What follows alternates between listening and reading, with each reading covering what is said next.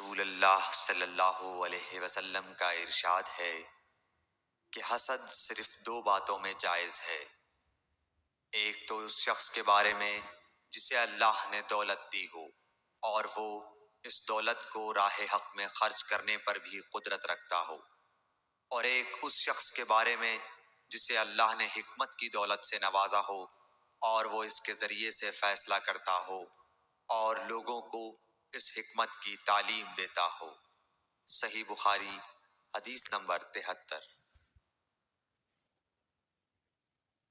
رسول اللہ صلی اللہ علیہ وآلہ وسلم نے فرمایا، ایک دن حضرت موسیٰ علیہ السلام بنی اسرائیل کی ایک جماعت میں بیٹھے ہوئے تھے کہ اتنے میں ایک شخص آیا اور اس نے آپ سے پوچھا، کیا آپ جانتے ہیں کہ دنیا میں کوئی آپ سے بڑھ کر عالم موجود ہے؟ حضرت موسیٰ علیہ السلام نے فرمایا، نہیں۔ اس پر اللہ تعالیٰ نے حضرت موسیٰ علیہ السلام کے پاس وحی بھیجی کہ ہاں، ہمارا بندہ خضر ہے جس کا علم تم سے زیادہ ہے۔ حضرت موسیٰ علیہ السلام نے اللہ سے دریافت کیا کہ خضر علیہ السلام سے ملنے کی کیا صورت ہے؟ اللہ تعالیٰ نے ایک مچھلی کو ان سے ملاقات کی علامت قرار دیا اور ان سے کہہ دیا کہ جب تم اس مچھلی کو گم کر دو تو واپس لوٹ جاؤ، تب خضر سے تمہاری ملاقات ہوگی۔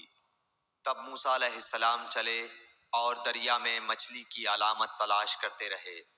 اس وقت ان کے ساتھی نے کہا، جب ہم پتھر کے پاس تھے کیا آپ نے دیکھا تھا؟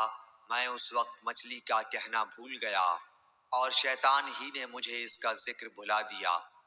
موسیٰ علیہ السلام نے کہا، اسی مقام کی ہمیں تلاش تھی۔ تب وہ اپنے نشانات قدم پر پچھلے پاؤں باتیں کرتے ہوئے لوٹے۔ وہاں انہوں نے خضر علیہ السلام کو پایا۔ پھر ان کا وہی قصہ ہے جو اللہ نے اپنی کتاب قرآن میں بیان کیا ہے۔ صحیح بخاری حدیث نمبر 74۔ حضرت ابن عباس رضی اللہ تعالی عنہ نے فرمایا کہ ایک مرتبہ رسول اللہ صلی اللہ علیہ وآلہ وسلم نے مجھے سینے سے لگا لیا اور دعا دیتے ہوئے فرمایا کہ اے اللہ، اسے علم کتاب قرآن عطا فرمائیو۔ صحیح بخاری حدیث نمبر 75۔ عبداللہ بن عباس رضی اللہ تعالی عنہ نے فرمایا کہ میں ایک مرتبہ گدھی پر سوار ہو کر چلا۔ اس زمانے میں میں بلوغ کے قریب تھا۔ رسول اللہ صلی اللہ علیہ وسلم منی میں نماز پڑھ رہے تھے اور آپ کے سامنے دیوار کی آڑ نہ تھی، تو میں بعض صفوں کے سامنے سے گزرا اور گدھی کو چھوڑ دیا۔ وہ چرنے لگی، جبکہ میں صف میں شامل ہو گیا، مگر کسی نے مجھے اس بات پر ٹوکا نہیں۔ صحیح بخاری حدیث نمبر 76۔ محمود بن ربیع فرماتے ہیں کہ مجھے یاد ہے کہ ایک مرتبہ رسول اللہ صلی اللہ علیہ وسلم نے ایک ڈول سے منہ میں پانی لے کر میرے چہرے پر کلی فرمائی اور میں اس وقت 5 سال کا تھا۔ صحیح بخاری حدیث نمبر 77۔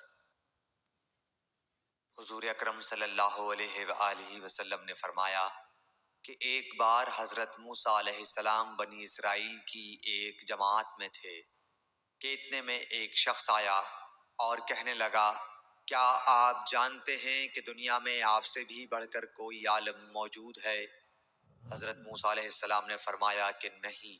تب اللہ تعالیٰ نے حضرت موسیٰ علیہ السلام پر وحی نازل کی کہ ہاں، ہمارا بندہ خضر علم میں تم سے بڑھ کر ہے۔ تو حضرت موسیٰ علیہ السلام نے ان سے ملنے کی راہ دریافت کی۔ اس وقت اللہ تعالیٰ نے ان سے ملاقات کے لیے مچھلی کو نشانی قرار دیا اور ان سے کہہ دیا کہ جب تم مچھلی کو نہ پاؤ تو لوٹ جانا، تم خضر سے ملاقات کر لوگے۔ حضرت موسیٰ علیہ السلام دریا میں مچھلی کے نشان کا انتظار کرتے رہے۔ تب ان کے خادم نے ان سے کہا، کیا آپ نے دیکھا تھا کہ جب ہم پتھر کے پاس تھے تو میں وہاں مچھلی بھول گیا اور مجھے شیطان ہی نے غافل کر دیا؟ حضرت موسیٰ علیہ السلام نے کہا کہ ہم اسی مقام کے تو متلاشی تھے۔ تب وہ اپنے قدموں کے نشانوں پر باتیں کرتے ہوئے واپس لوٹے۔ وہاں خضر علیہ السلام کو انہوں نے پایا۔ پھر ان کا قصہ وہی ہے جو اللہ تعالیٰ نے اپنی کتاب میں بیان فرمایا ہے۔ صحیح بخاری حدیث نمبر 78۔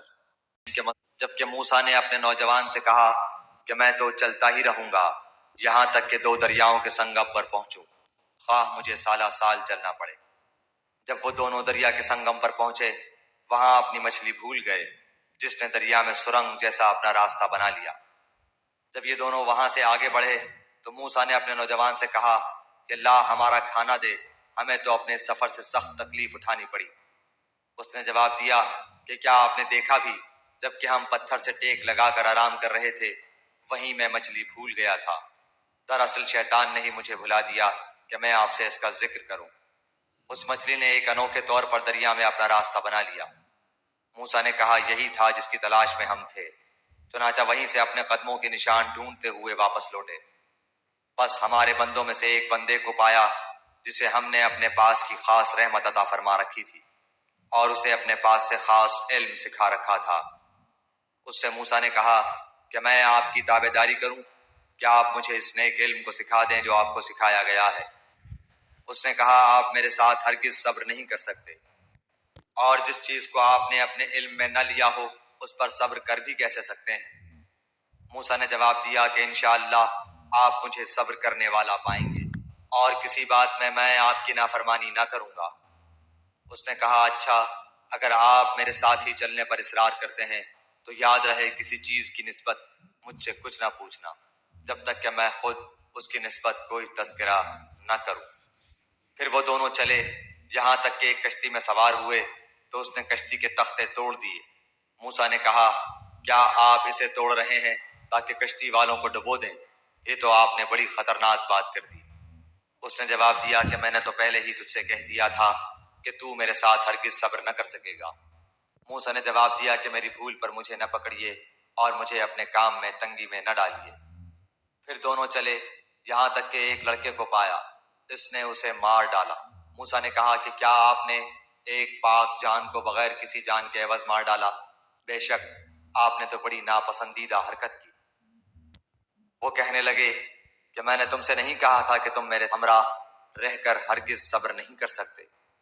موسیٰ علیہ السلام نے جواب دیا اگر اب اس کے بعد میں آپ سے کسی چیز کے بارے میں سوال کروں تو بے شک آپ مجھے اپنے ساتھ نہ رکھنا، یقیناً آپ میری طرف سے حد عذر کو پہنچ چکے۔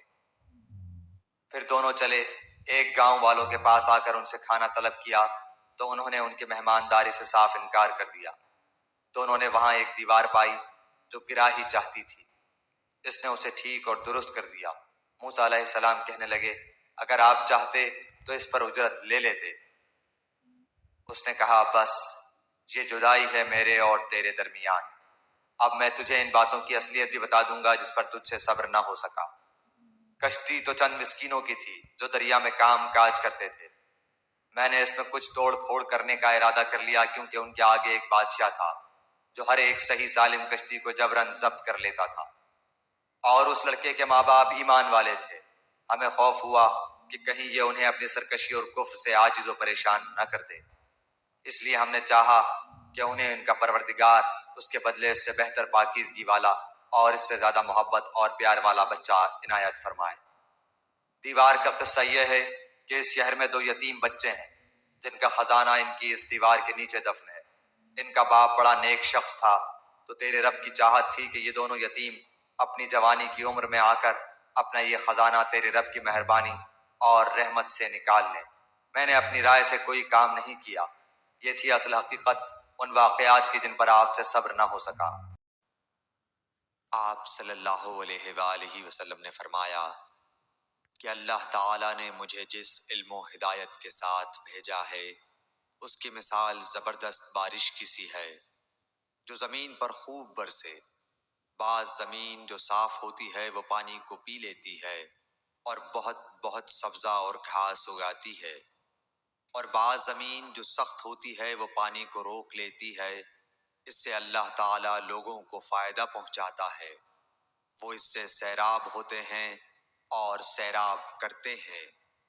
اور کچھ اور زمین کے بعض خطوں پر پانی پڑتا ہے جو بالکل چٹیل میدان ہوتے ہیں، نہ پانی روکتے ہیں اور نہ ہی سبزہ اگاتے ہیں، تو یہ اس شخص کی مثال ہے جو دین میں سمجھ پیدا کرے اور نفع دے اس کو وہ چیز جس کے ساتھ میں مبعوث کیا گیا ہوں۔ اس نے علم دین سیکھا اور سکھایا، اور اس شخص کی مثال جس نے سر نہیں اٹھایا یعنی توجہ نہیں کی، اور جو ہدایت دے کر میں بھیجا گیا ہوں اسے قبول نہیں کیا۔ صحیح بخاری حدیث نمبر 79۔ رسول اللہ صلی اللہ علیہ وسلم نے فرمایا، علامت قیامت میں سے یہ ہے کہ دینی علم اٹھ جائے گا اور جہل ہی جہل ظاہر ہو جائے گا، اور اعلانیہ شراب پی جائے گی اور زنا پھیل جائے گا۔ صحیح بخاری حدیث نمبر 80۔